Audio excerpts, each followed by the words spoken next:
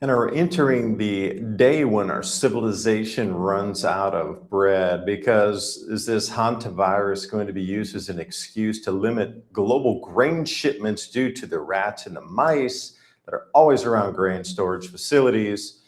And what are the opportunities during this time?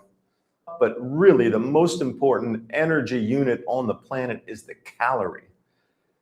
When that stops, civilization ceases. So then if you need the oil and the natural gas, it just won't matter because civilization has ceased.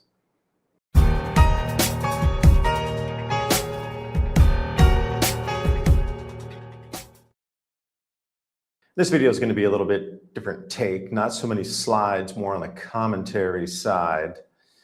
And I put this PDF out along with a free post on Patreon and Subscribestar to explain how I'm seeing the overlay here of the purposeful disruption of our world's energy systems, our world's plastic supply, the world's fertilizer supply, and now this Hanta virus, or Hanta, however you say this, seems to be used and it's being pushed in the media everywhere, headlines, you can't miss it.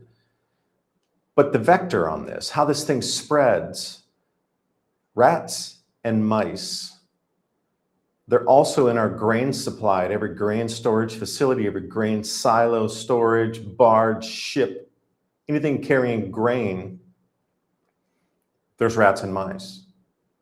That's why we have barn cats. Cats have been used through history to try to keep the rats and the mice away from the grain supply, the grain storage. It's been like that through history. Grains have been lost, disease transmitted as far back as we can go because of rodents. This PDF I have put up for your downloading pleasure. Please head over to Patreon and click it there. You can download it. Open letter to the world. We're quickly coming to this intentional final stage disruption of grain flows. Now, the way I'm trying to present it is this a leg in a final plan? We have the disruptions in the Iran war, fertilizer shortages, plastics, resetting the monetary order. Will the Hanta virus be used as the excuse to stop grain shipments globally as governments coordinate a global virus response? If we're coming into a time of scarcity for grains, and we just saw the USDA releasing 55-year lows for American grain crop due to drought conditions, the worst since the 1930s Dust Bowl era. Because if we look at the news headlines today, the United States Department of Agriculture, the USDA, releasing numbers showing that our grain crop, wheat specifically, in America is now going to be this year at a minimum. This is just the first crop tour, first analysis, early May, then they'll do another one. At the end of June, they'll do another one in July, and then, knee high by the 4th of July, corn crops and thing. But we'll get through this whole crop tour season, and each time they go out, they're gonna find larger and larger, very bad, poor condition crops across everywhere. This is the driest it's been since the 1930s Dust Bowl era. Now, the numbers I've looked at and been able to kind of assemble so far, global crop yields are going to drop 12 to 18% this year. On a global, that's just an average global basis. If you have better numbers, I'm all ears. We're all in this together as a community. If you have any different numbers, I'd love to hear them and get more updates depending on the countries that you're residing in. So if we come into somewhere where grains are going to get scarce, the first thing that's going to go down are the supply chains, but they're going to need a reason to not export. The exporting nations are going to come to the realization, as through history, if we can't grow the food and our own citizens inside the nation are rioting and banging on the doors of power because they're hungry, not going to export the food. So where does that leave us then? All these trade agreements, international cooperation, oh, you have to, it's this, you must. They're going to have an excuse why the grains won't flow across the planet. And having a vector transmitted disease that's in the actual food supply, it's in the grain supply. You can't disassociate the two. Now there's a perfect reason why these grain shipments can't flow across the planet. A global coordinated effort by all governments to stop this virus in its tracks. But one of the ways it could transmit is through the actual food supply. traveling internationally because of the rats and the mice that are around grains. Think how perfect this layer cake is of disruption. Now, I'm coming at it from a little bit different angle here. Actually, two angles that, come into a single point. Call that a spear, actually. Here's what your financial advisor won't tell you. By the time the news tells you to buy gold, it's too late. You're waiting, I get it. Everybody's waiting to see if the ceasefire holds, waiting to see if the Strait of Hormuz reopens, waiting to see what happens next. But gold isn't waiting for you. It moves on fear and instability into the unknown, and it moves faster than you can react. So while you're waiting for certainty, the rest of the world is planning for what comes next.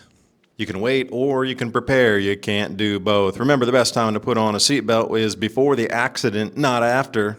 If you're ready to act, reach out to Noble Gold Investments. They help Americans protect their savings with a physical gold and silver shipped to your door or held in a tax-advantaged IRA. No taxes, no penalties to roll over a 401k or existing IRA. Visit 2030gold.com and download your free wealth protection kit today. That's 2030gold.com. The rules are changing. Make sure you're ready. And the May Gold Bonus for a limited time offer, free 10th ounce gold coin for all new qualified accounts. Please note, coin selection is based on available inventory. Again, that's 2030gold.com. Click on that link in the description box below. We've heard about it for, the last 10 years. We need to reset everything in the whole world. It's the reset. Monetary reset comes with that, but how do you reset an entire monetary system without people getting angry about it, losing a lot of purchasing power, losing a lot of savings and things they've worked their whole lives for? They traded energy to get these pieces of paper, digits on a screen, and you're going to remove that and change it, and then what they're left with on the backside is reduced amount of spendables. I mean, we look at oil, and everybody's talking about oil in the Middle East, and that's great. It's disrupted. We're billions of barrels behind. And again, all analysis puts 7 to 9 months before anything goes back to normal again. Remember those words. The normal is meant to be disrupted. Do you think all of this disruption in the Middle East is just, this could have been totally avoided? Totally avoided. Now we come into the plastics disruption. Now a lot of people are looking at plastics. And the reason I talk about oil first is everybody's focused on the oil and the energy and the natural gas.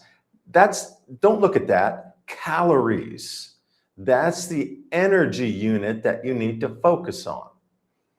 Our world can survive and keep going without energy in terms of oil and natural gas to a point. I know we've built it up, but really the most important energy unit on the planet is the calorie. When that stops, civilization ceases. So then if you need the oil and the natural gas, it just won't matter because civilization has ceased. We see this through history. Not enough food, dark ages. Not enough food, people's brains don't work right. They can't solve problems. They just sit around, do nothing. They lay on the floor, look at any country in famine. Are they developing new rocket science? No. Are they developing new engineering techniques? No. They're laying in the dirt, starving to death. There's no way to innovate when you're hungry. Now, back to the oil, the plastics. Now, distant early warning, and I've said this in a couple of videos before. Our world revolves around plastic, and that's no understatement. But to say that our world revolves around food packaged in plastic cannot be overstated enough. These food packaging plastics and films and wraps and Mylar bags and these sort of things are, well, coming to a shortage near you. The entire way food is going to be purchased is going to change. Now, it does not seem, at least in my estimation and research I've done, that this war is going to end soon. And I'm a fan of Martin Armstrong. Shout out, Martin. I've been wanting to get on an interview with you. If this touches your ears, let's arrange a time. I'm a fan of history and cycles, as you are. Our history book is the crystal ball for the future. Yeah, you can learn more about looking at the past to see how the future is going to move than you can looking at the now. and the theater called politics to get you to believe that things are moving in a certain direction. The politics was so efficient, we wouldn't need so much theater to prove it was efficient. So the analysis Martin does with the computer algorithms show that this war is going to increase in intensity coming up in June. So if that were to take place, there are going to be more disruptions because the Yamal pipeline, that 5 million barrel a day straw of a lifeline going over to the Red Sea to load tankers over there, if that were to be disrupted, then the world as we know it doesn't end, but it drastically changes. That's just on the oil and just on the energy side. Plastics disruptions are going to ripple through, already beginning to ripple. So if you're starting to see store shelf holes, as in you go to a store, it's either empty, that your product has disappeared because it was in plastic. I was doing the Oreo cookie thing because that's like a low-hanging fruit, although it's not as healthy as fruit. You have the outer bag, and that's a Mylar pack bag. And then when you open that up, inside there's a thin film that encapsulates the cookie. And then inside there's a harder plastic tray that comes in. So using 3 different types of packing plastics just for like Oreo cookies, for example, or crackers, or I like these Cars water crackers, one of my favorites. No, they're not paying me. I'm just a fan of the Cars water cracker, round ones. Again, when you open that up, you're using different plastics to pack that. This is across the board standard industry practice. And when the plastics get lean, and they are, for most plastics in Taiwan, they're not even sending the precursors up to Korea. And when I say that, that's naphtha-based plastics, precursors, and chemicals that then are used to formulate and produce other types of films and plastics that are used in food-specific packaging. So that's the next thing. You're going to start thinking about buying in bulk. Like anywhere you go, and normally around the world, you can go and scoop 5 pounds of beans out, and they'll put it on a scale, and you take it in your bag home, and that's bulk buying. The best thing, an option like Whole Foods, where you go and scoop stuff out, but it's really pricey there. The scenario, as I continue on the article here, so imagine a scenario where the world's grain shipments are forced to stop because of the Hanta virus transmission, and the carriers are rats and mice, traced directly to the grain silos, the warehouses, the barges, and ports, and the ships. This will halt or severely restrict movements of grains planet-wide. And it's going to compound all of these issues I was just describing to you. The wild card here, the contamination event could force authorities to quarantine or halt shipments, obviously the first line of defense. And if fumigation were required, the chemical shortages in the Middle East, we can only fumigate a portion of the world's grain supply, straining the remainder. OMG, did you not see that coming? Now, if this is a plan to disrupt the world's food supply on purpose, I'm just saying just mind game here, family-friendly YouTube, is advertiser, family-friendly discussion. We're just running out of scenario here, nothing in stone. The fumigation, I'm sorry, you're not going to fumigate everything. The disruption in the chemicals just out of the Middle East have pretty much taken 30% of everything off the planet at the moment. Hell, they can't even get the naphtha out of there. That's the main thing for plastics. It's just like easy, low, if you just want to connect something up, you hear naphtha shortages, you're thinking plastic shortage. Okay. Anything we need, chemical-wise, metals-wise, metals are disrupted, all smelting and things. There's no NIMBYs over there. It's not in my backyard. Well, you're in the middle of a desert. Nobody cares. You're not doing some sort of, an agricultural or, environmental analysis on a bunch of sand. Nobody cared. Get the damn lizard out of the way. We're going to build the factory and become the world's largest producer of that because the gas is right there on site, right from beneath the ground. We don't have a transportation cost to move it. The pipes are built. Boom, it's just right there. Nobody cares. So the disruption of 30% of everything that makes this world work and move in terms of oil, natural gas, plastics precursors, metals of all the smelted metals. So back to this compounding farm input shortage. Fertilizers, 70% of American farmers say they can't get enough fertilizer what they need this year. But outside the rest of the world, it's worse. Even zero in some cases. So rice production. And then you need to add all the chemicals. And the reason I brought up the fumigation is people are focused on the fertilizer. And I get that. That's an elephant in the room. But what's also an elephant in the room is herbicides, pesticides, fungicides, and to an extent, rodenticides. And that would become for the fumigation. All that's disrupted because of Middle East disruptions as well. So if we got a lot of rain, which they don't in many areas, but there are some outliers. You got the Northeast and you got the Northwest wet. Crops get a little moldy up there, blighty. You need that fungicide knocked down, or you get moldy crops. And again, ergot, you trace that back. More disruption in the crop yields. Wheat specific, I guess if you're getting a buzz, you could go for the ergot. Tainted wheat. But the herbicides, you got those competition weeds in the field, you need to knock those down. What about all the GM crops? You got to apply that first before you plant. Oh, wait, now they're in drought soil conditions. So all these other things that are added in on layers on top of just fertilizer that are chemicals based out of the Middle East are also disrupted. So, I mean, just globally, you look at this thing, it's a nightmare for agriculture this year. I mean, the very first inklings of we got a huge problem is this USDA report, 55-year lows in the wheat crop. It's probably not going to get better. I'm not a crystal ball guy here that can predict weather out 2 weeks, but somebody with a crystal ball can predict out 100 years. Wow, isn't that interesting? Can't get you tomorrow's forecast, though, correct, 3 days out. Doesn't look like there's much rain coming because of this, again, touted Super Niño. They're building it up everywhere. The Super Niño that's coming into the Pacific is going to disrupt weather patterns globally, but that does anyway. People have been using this for crop trading for 200 years. This El Niño, La Niña cycle comes in, goes out. So we see that happening as well. La Niña, nope, this time Super Niño, the Godzilla Niño. This is going to disrupt crops further. So now we got fertilizer shortages, all the farm input shortages. Machinery is disrupted because the diesel prices are running away and all these types of things associated with natural gas and diesel on the farm ends. So everything's going to cost more to get it in and plant it. And then we got the drought, and we got the Super Niño coming in, and now we got the possible Hanta virus, mouse rat tainted grain crops. If you're having famine in a country and really the enemy was at the gates, like your own people banging on the halls of Congress were starving, you're not sending any damn food out anywhere else. This is a perfect excuse, other than Hanta virus in the grain crops, so we can't export anything.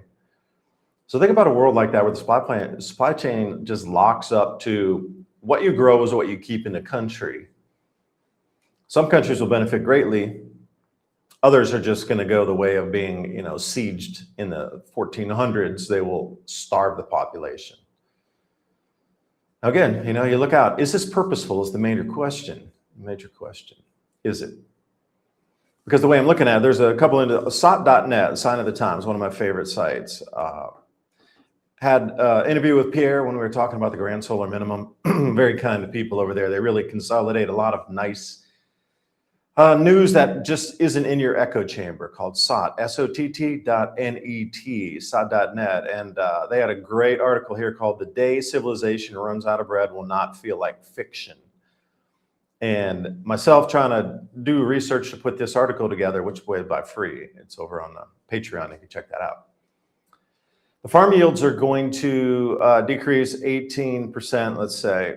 Starvation for lack of calories. This is the thing, is the calorific content. What are possible scenarios for you? You can buy in bulk, and I listed a few of these things. Some of the beneficiaries of this for sure are going to be like co-ops, bulk buying clubs, things like Costco, local farm shares, know your farmer, this sort of thing. Like, these are all just going to grow incredibly. At the same time, one of these, stranger things I was looking at is packaging materials, like bulk packaging materials. Like, anybody who can win on that game of finding bulk packing so no insect pests can get in there. I'm talking like a large plastic something or a large metal something that you can store 5-10 pounds of beans, rice, coffee, whatever it is in there to lock it up, because people are going to start buying in bulk more. So you're going to have a way to store that. So ever companies can jump ahead, I was predicting that, they're going to be ones that win. How do you store millet efficiently without insects getting in there, unless you're using like 5-gallon mason jars or something with a rubber lid? And even then, you You get some insects that can get in, weevils and sort of thing can get in there if they're not already in the crop when you buy it. Some other numbers I have for you here, again, available in the PDF. Processed packaged food is looking at a 25 to 60% increase or outright shortages as we move to the end of the year. You heard that right. It's not about just food across the board or the FAO, the Food and Agriculture Organization with the United Nations, food index pricing structure moving higher, which is across the board kind of food analysis of everything that moves higher as a food base of our world. This is specifically things that are in boxes and bags that you find in a store, a Mylar packed bag of potato chips, that box of cookies that I referenced, or crackers that are then inside the cardboard box, but inside that they're in plastic. These are going to increase 25 to 60% in price. So I don't know if you're prepared for that or how much you buy from the stores and how much that'll increase your price of shopping. Meat, dairy, and eggs are looking at 15 to 40% just based on the higher feed costs. And again, you know, ethanol mandates might need to go the way of the dodo bird because, well, it's interfering with the food supply. But again, a lot of that corn, like that dent corn and stuff that's grown specifically for ethanol, that's a heavy feeder anyway. Like they're going to have to do away with some of the corn because they won't have the fertilizer. Millet, well, sorghum, that's already at a 100-year low anyway. So that's not even going to be denting into anything. So wild card and some of the opportunities here, slow cooker market. Looking at the slow cookers, Instapots, and multi-cookers. Something that you can, as a family, throw things in the morning, turn that thing on. 4 to 6 hours later, you have a meal ready. Any of you who have cooked before, you know it takes a little bit of time to prepare things. Get a meal ready. Now, if you're going to buy bulk mainly and then produce that into something else, you're going to spend hours and hours in the kitchen every day. Now, normally microwave ready meals, boom, there we go. Oh, sorry, your plastics are disrupted. That's going to be some things that will disappear first. Things that you're just, you know, take it out, put it in the oven, kind of cook things. Depends how disrupted that will be, but usually that film sheeting on the top that you have to tear away first, that's going to be disrupted as well. So this whole instantaneous, super fast way that we get food and prepare it in America specifically, that is your way to prepare food is going to have to change slightly. It's just a distant early warning. It's not happening today. It is slow creep. You can already see it happening. I get reports all the time and I talk to people who are like, yeah, there's holes in the shelves everywhere. David Morgan did a good analysis on one of the food buying co-op clubs he goes into. He's like, yeah, it used to be stocked, you know, full. You pull one jar away and then there's like 3 or 4 jars behind. They kind of slide forward, you know. It's like, now there's just one. You're getting the last one. Even when they just stocked in the supermarket for the day, they spread everything out to make it look really full. And then, well, it's not full. It's just spread out.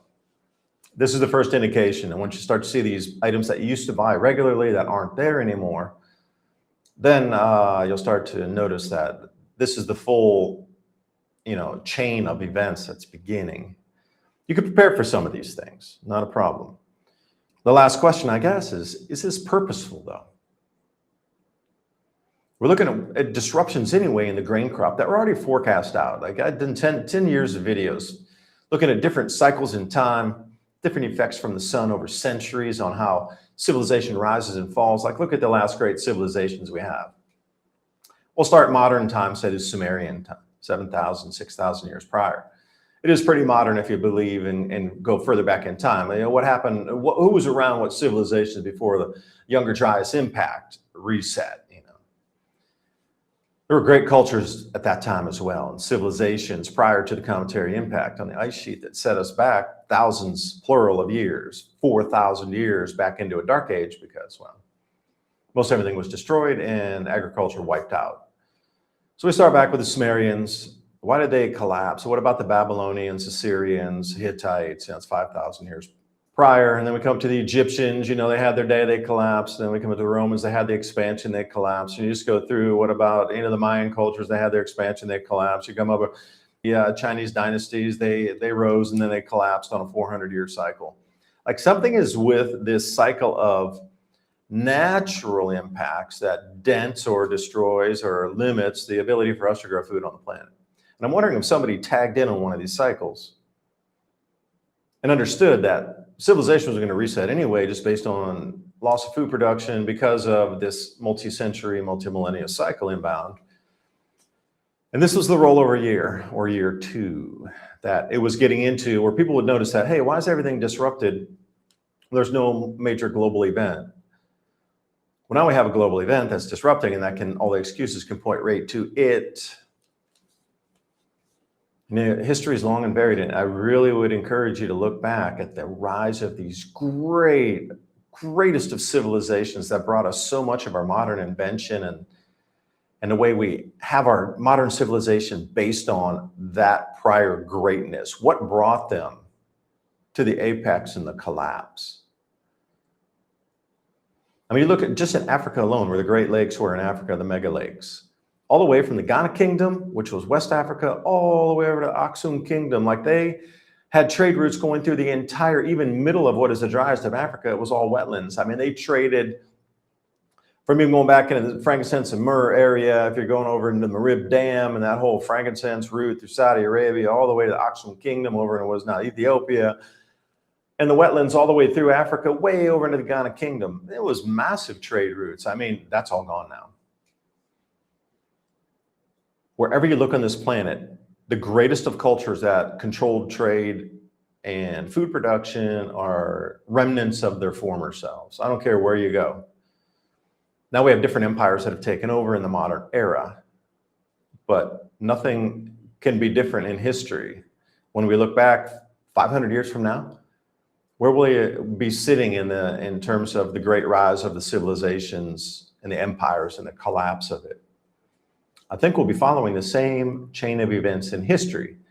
Somebody knew this was coming, this great change, disrupting global agriculture. You couldn't warn the populace, and I get it too. You know, I did a lot of the research and had my own go-arounds, and after was convinced as well not to warn the global populace in terms of the general public on an everyday, in the front page news, front page magazine, nightly newscast, because it would create more panic than it would. Letting the situation unfold to the point where we sit today and then have everybody take action. This cycle inbound was known at least 10 years ago, at the minimum. And here we sit today when now we're starting to ask people to take action. Was it careless not to warn everybody 10 years ago? Yes and no.